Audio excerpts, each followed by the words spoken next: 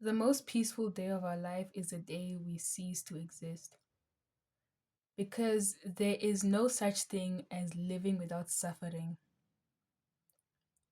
My cousin and I went to the shop today because my 21st birthday is in a few days, and we were looking for a 21st birthday sash because my mom wants me to have a party. I mean, I don't really want one, but I think it's a blessing, that my parents want me to have a party. Anyway, so my earphones broke, and I was like, let me just buy some earphones so I can listen to some music because I have a trip in a few days also. And she was like, if there was nothing risking our immortality, then we'd live forever. And I was like, dang, that's actually kind of true. It's not only true in the human sense, it's true for everything. Everything degrades, everything breaks, everything ceases to exist. But once you cease to exist, it's none of your business. I don't know who said it, it's probably some sort of philosopher, but I'm paraphrasing heavy. But I think they said something to the likeness of, when you're alive, death is none of your business, and when you're dead, death is also none of your business because you're not there to experience death once you're not alive. And I was thinking, you know, immortality simply can never happen. Never. And you see a lot of people, not only the rich people, you know who I'm talking about, but not only that rich person, but a lot of rich people, like you've seen that guy who has been, injecting his child's blood into his body and whatsoever, who's trying to be young forever. Not even people like that will live forever. People who are chasing immortality are not chasing immortality, they're just basically choosing or chasing death. You know, something about immortality completely ruins and completely defies the laws of our physical world. I'm a Christian, so I do believe that you have a physical world and then you have a spiritual realm. And that's why you cannot, you can't really give, I guess, physical qualities to things that exist in the spiritual realm. That's why when a lot of people try to explain the Trinity, they fall into heresy after heresy because you're applying the laws of physics, which are found in our physical world, onto those which are found in the spiritual, which do not obey, which do not exist within the realms of the physical world. And when you are trying to chase immortality and you achieve immortality, you simply don't exist here anymore because you can't. There is such a divine duality between life and death. And once you start chasing immortality, life forever, you are seeking to disrupt that balance. But let me tell you guys, the world always returns to an equilibrium. If us humans today cease to exist for everyone, the world would still flourish. If you see people, for example, if you drop maybe 1,000 people who, I don't know, maybe 1,000 people, or maybe let's say an animal, 1,000 cheetahs who aren't used to the snow in a snowy place in the Antarctic. Let's say 10,000. Obviously they'll die, but over generations and generations, you see that they'll start adapting to the climate because their bodies is adapting to reach an equilibrium.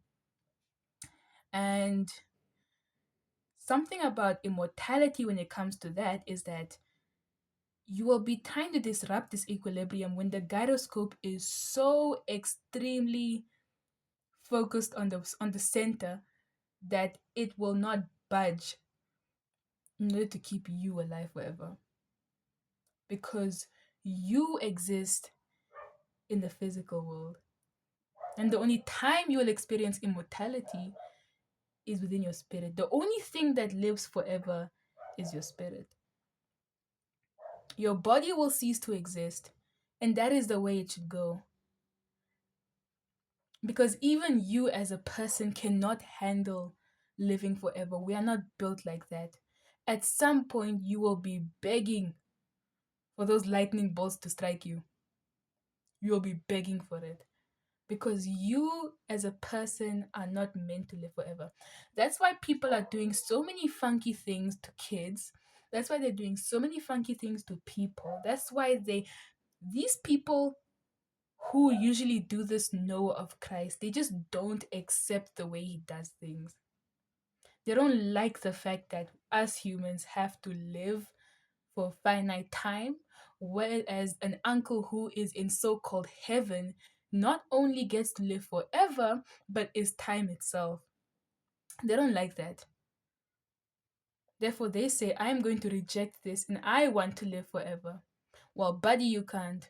Because for some reason, you weren't born as an angel, you weren't born as a celestial being, you were born as a human.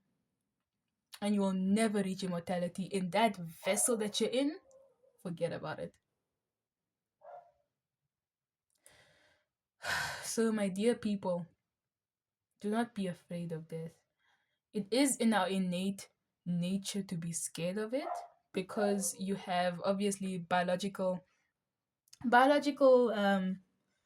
whatever that you call it, which tell you to avoid danger. But tell me why even your body succumbs to illness, because it knows that it cannot carry on at a certain state forever. You know, your body itself cannot bear to exist for even over 120 years by God's grace. It can't. Because you also have to understand that even if you want to exist for over 120 years,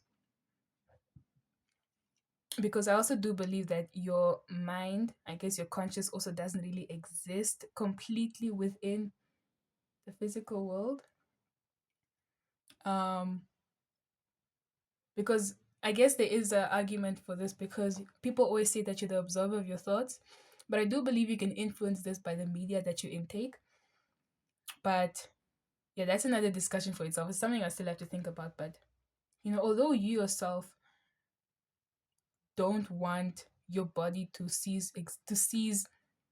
exist, you are able, I guess, to have knowledge of the spiritual, I guess, aspect of life, and you want the spiritual aspect of immortality. But your body without your mind exists in the physical, and that thing wants an end.